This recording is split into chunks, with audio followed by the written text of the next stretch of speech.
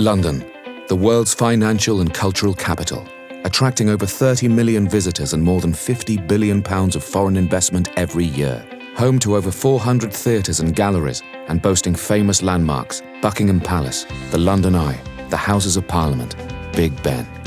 And in their midst, the 4 iconic chimneys at Battersea Power Station, forming the centrepiece of one of central London's most keenly anticipated new neighbourhoods. At the centre of the world's greatest city, the power station will form a hub of a creative and a vibrant new community, set between the new US Embassy and 200 acres of tranquil Battersea Park. Less than 3 kilometres from the Houses of Parliament and with half a kilometre of river frontage overlooking Westminster and Chelsea, with its fashionable Sloane Square and renowned King's Road, Battersea Power Station will have its own new Zone 1 tube station, served by an extension of the world-famous London Underground network.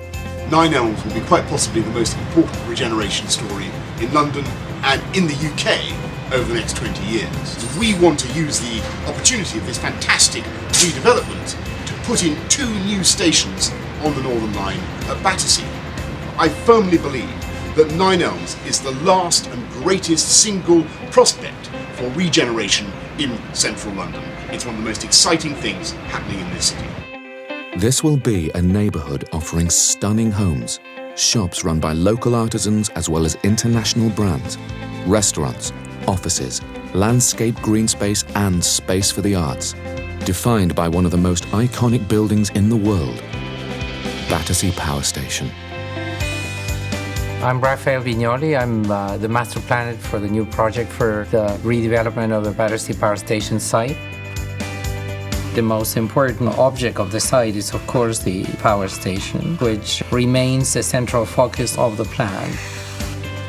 The power station is then framed by 2 residential buildings and guides the view towards a park that is the main public space. To the south of the station, we have created a hotel and residential blocks. The access to the site is achieved through 3 main avenues. The High Street links the new tube station with the town square that is activated by retail frontages, cafes, and art galleries, creating a very active urban life. Imagine you're exiting from the tube below. The upper level is very much linked to the lower level. From here, you start seeing the architecture of the buildings that define the space of the high street, leading towards the power station in the back. The power station always remains as a main reference to orient yourself through the site. The second and perhaps most spectacular point of access is what we call the prospect. The main purpose of the prospect is to link the local community to the site, to enable people to have a very clear view of the power station from Battersea Park Road. It is activated again by a series of cafes and opportunities for people to enjoy the space itself. It's lined by trees, highlighted by this reflecting pool that drips down into the public space to maximize the presence of the building in the whole experience of walking through the site.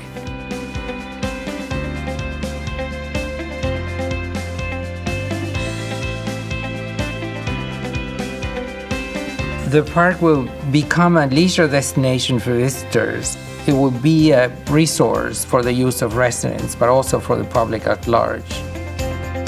Pathways through the open parkland reflect the historic pattern and the typical tradition of London public spaces.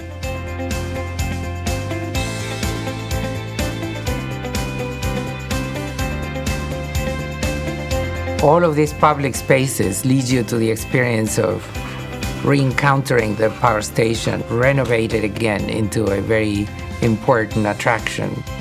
Both turbine halls are also going to be renovated. Each of them is the size of the Tate Modern Gallery. At the top of the building, there's 6 floors of office space, punctuated by a series of atriums that bring natural light to the space. This is a very well-balanced solution for a site with an enormous set of opportunities and challenges. It would revitalize the view of the power station to create a new destination for London.